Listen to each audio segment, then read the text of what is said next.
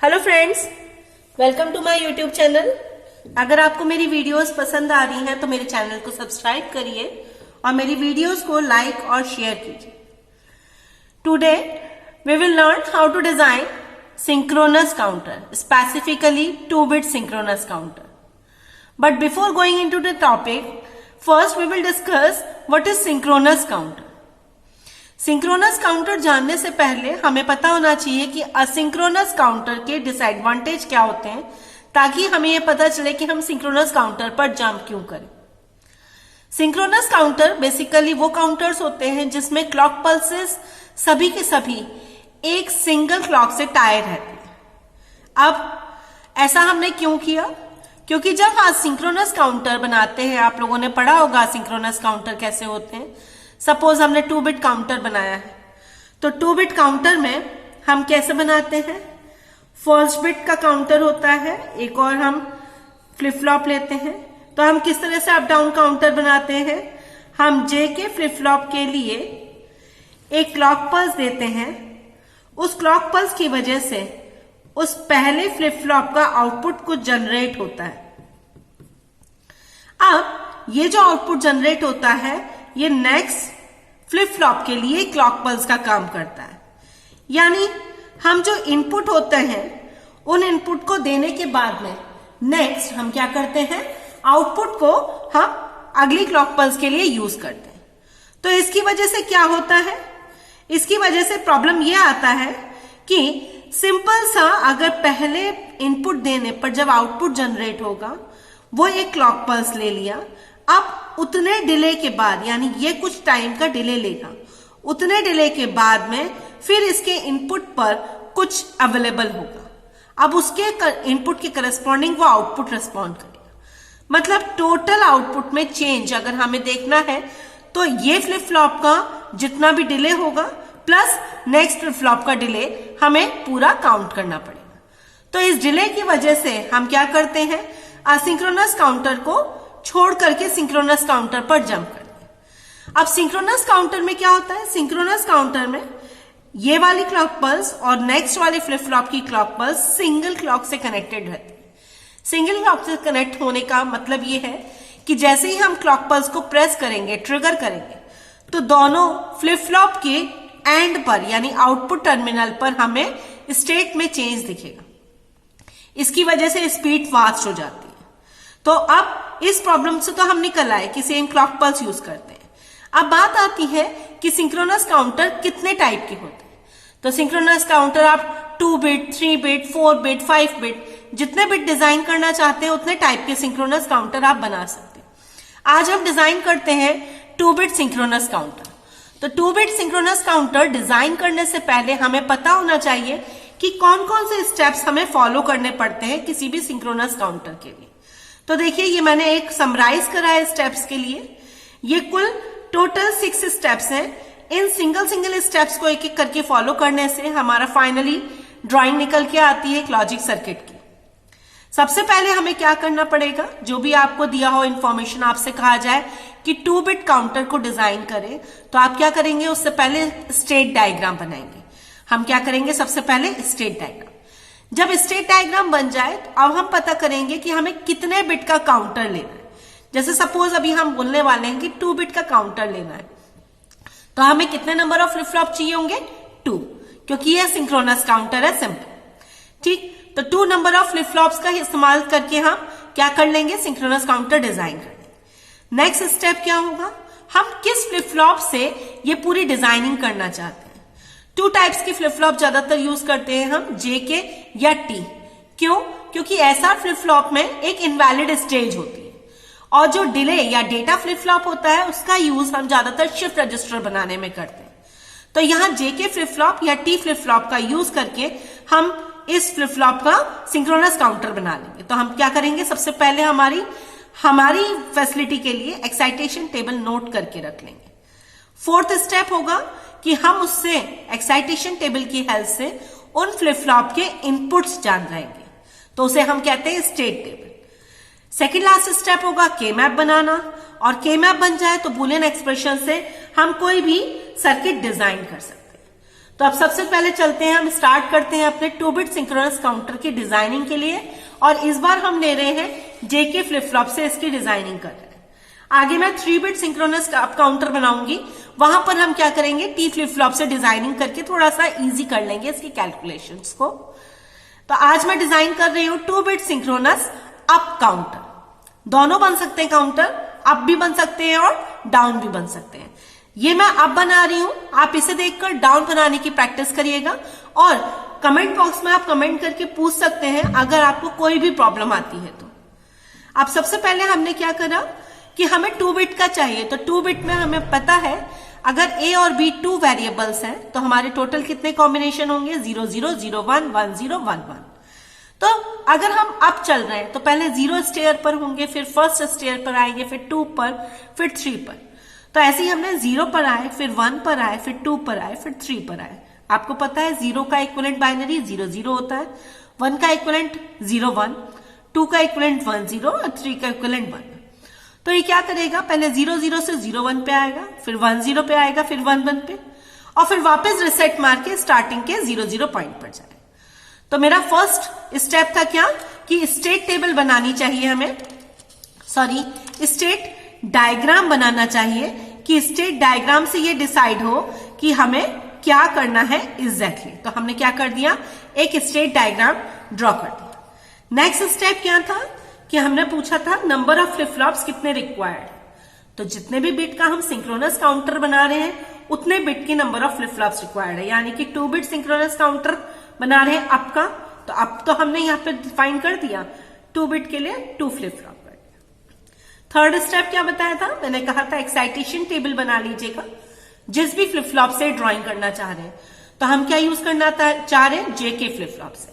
आप चाहें तो टी फ्लिप फ्लॉप भी यूज कर सकते हैं, कोई प्रॉब्लम नहीं है उसमें। तो हमारा थर्ड स्टेप क्या रहेगा, हमने जेके फ्लिप फ्लॉप की एक्साइटेशन टेबल नोट कर ली। आपको एक्साइटेशन टेबल बनाना आता भी होगा, और मैंने अपने लेक्चर्स में इसको डिलीवर भी किया है कि कैसे एक्साइटेशन टेबल बनता है। फिलहाल इसके लिए आपको ज्यादा प्रॉब्लम होने की जरूरत नहीं है, एक्साइटेशन टेबल आपको यहाँ पे मिल गई है।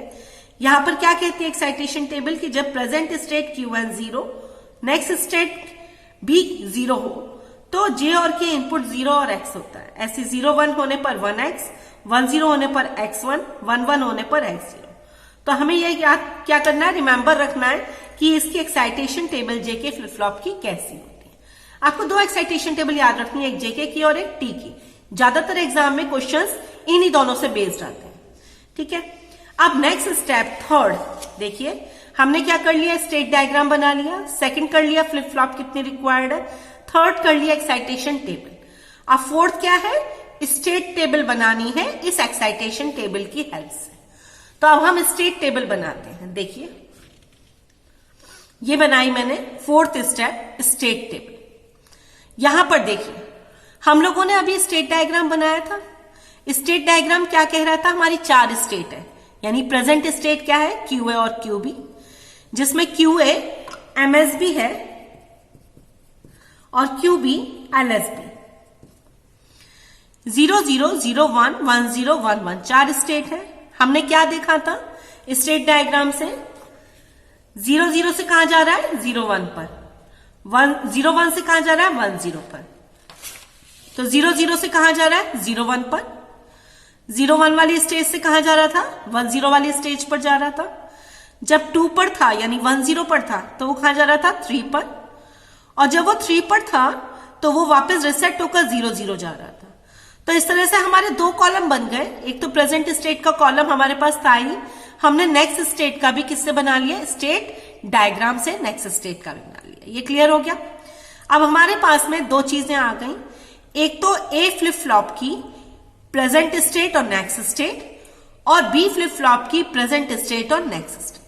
तो अब हमें क्या करना है, हमें सिंपली कौन कौन सी स्टेज को, एक तो ये प्रेजेंट स्टेट QA और दूसरा QA+1 से ए फ्लिप फ्लॉप के इनपुट्स डिसाइड करने, ये ग्रीन कलर से। तो QA कितना है, 0 0 0 1। तो आप एक्साइटेशन टेबल देखिए, आपने ड्रॉ करी होगी अपनी कॉपी में। 0 0 होने पर देखिए एक्साइटेशन टेबल जे के फ्लिप फ्लॉप की। 0 0 होने पर क्या आता था, 0x। देखिए फिर से देख रहे हैं, a और a+1 0 0 होने पर जे ए के ए 0x आता है। 0 और 0 1 पर, यानी a और a+1 जब 0 1 है तब क्या आ रहा है, 1x। जब 0 1 है तो 1x आ रहा है। जब 1 1 है, याद रखिएगा हम कौन सा देख रहे हैं, एक ये वाला और एक ये वाला। तो जब 1 1 है तो अब x0, देखिए यहां पर 1 1 होने पर x0 आ रहा है। तो इस तरह से हम क्या कर लेंगे, पूरी स्टेट टेबल फिल कर लेंगे। आप इसी एक्साइटेशन टेबल से ये स्टेट टेबल अपनी कॉपी में फिल करने की कोशिश कीजिए। तो ऐसी 1 0 से ये x1 आ रहा है। अब सिमिलरली जेबी केबी के लिए, यानी ये इनपुट पता करने के लिए हम क्या करेंगे, QB और QB+1 को डिसाइड करें, यानी ये वाली और ये वाली को एक साथ देखेंगे। तो 0 1 1 0 0 1 1 0 देख रहे हैं। 0 1 के लिए 1x है, 1 0 1 0 के लिए x1 है। तो ये हमारी स्टेट टेबल फिल हो गई। अब हमारा 5th स्टेप क्या था, के मैप डिजाइन करना है। उसके बाद में जो भी लॉजिक एक्सप्रेशन आए उसे सर्किट बना लेना है। तो के मैप डिजाइन करना आपको बहुत अच्छे से आ गया होगा अब तक। नहीं अगर आपको समझ में आ रहा के मैप, तो मैंने 5 वेरिएबल की भी वीडियो अलग से डाली है, प्लस एक समराइज्ड सारा फ्लिप फ्लॉप, सारा के मैप जितना भी हो सकता है वो पूरा एक सिंगल वीडियो में डाला है। आप उसको एक बार रेफर कर लें। तो JA KA के लिए, JB KB के लिए टोटल हमारे कितने फ्लिप फ्लॉप बन जाएंगे, हमने हमेशा देखा है जितने हमारे आउटपुट्स हैं, जो कि हमारे फिलहाल फ्लिप फ्लॉप इनपुट है, उतने के मैप बनते हैं। कितने के मैप बनेंगे, 1 2 3 4, 1 2 3 4। कितने वेरिएबल के मैप बनेंगे, जितना इनपुट है। कितने इनपुट है, QA QB, यानी कितने वेरिएबल बनेंगे, 2 वेरिएबल। तो QA QB को लेकर एक 2 वेरिएबल के मैप JA के लिए बनाया, QA QB को लेकर KA के लिए वेरिएबल बनाया, JB KB सबके लिए। तो अब सबसे पहले JA के लिए चलते हैं। JA में क्या क्या फिल है, फर्स्ट पोजीशन पे 1, सेकंड और थर्ड पे क्रॉस, 0th पोजीशन पे 0 है। फर्स्ट पोजीशन पे 1, सेकंड और थर्ड पर क्रॉस। तो हमने ये फिल कर लिया। अब इससे क्या बन रहा है, एक पेयर। ये पेयर किसके करस्पॉन्डिंग है, QB के करस्पॉन्डिंग। तो हमने क्या लिख लिया, JA की वैल्यू QB। अब अगला के मैप बनाएंगे किसके लिए, KA के लिए। KA में कुल कितनी एंट्रीज है, 1 2 3। 2 नंबर के लिए कोई एंट्री नहीं है, तो 0 1 2 3, 2 नंबर के लिए कोई एंट्री नहीं है।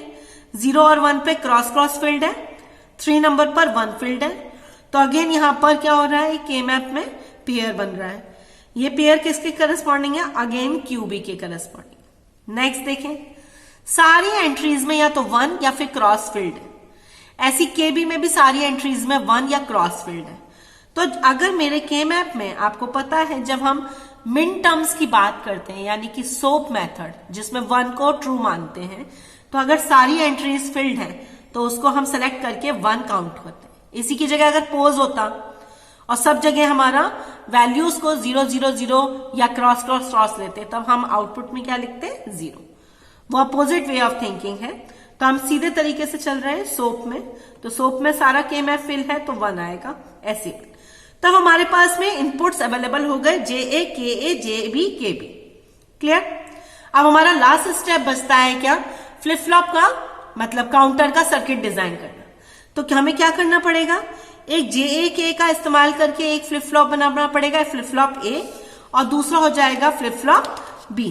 तो अब हमने क्या किया, फ्लिप फ्लॉप A ले लिया और फ्लिप फ्लॉप B ले लिया। तो अभी अभी हमने क्या निकाला था, हमने कहा था JA कितना है, QB, KA कितना निकाला था, QB अगेन।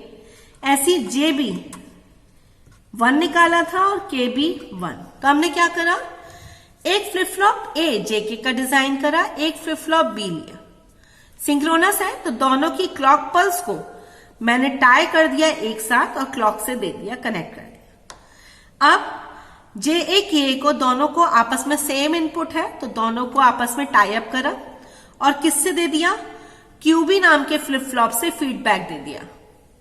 ऐसी JB KB क्या है, 1, यानी दोनों को ही टाई अप करके लॉजिक 1 दे दिया।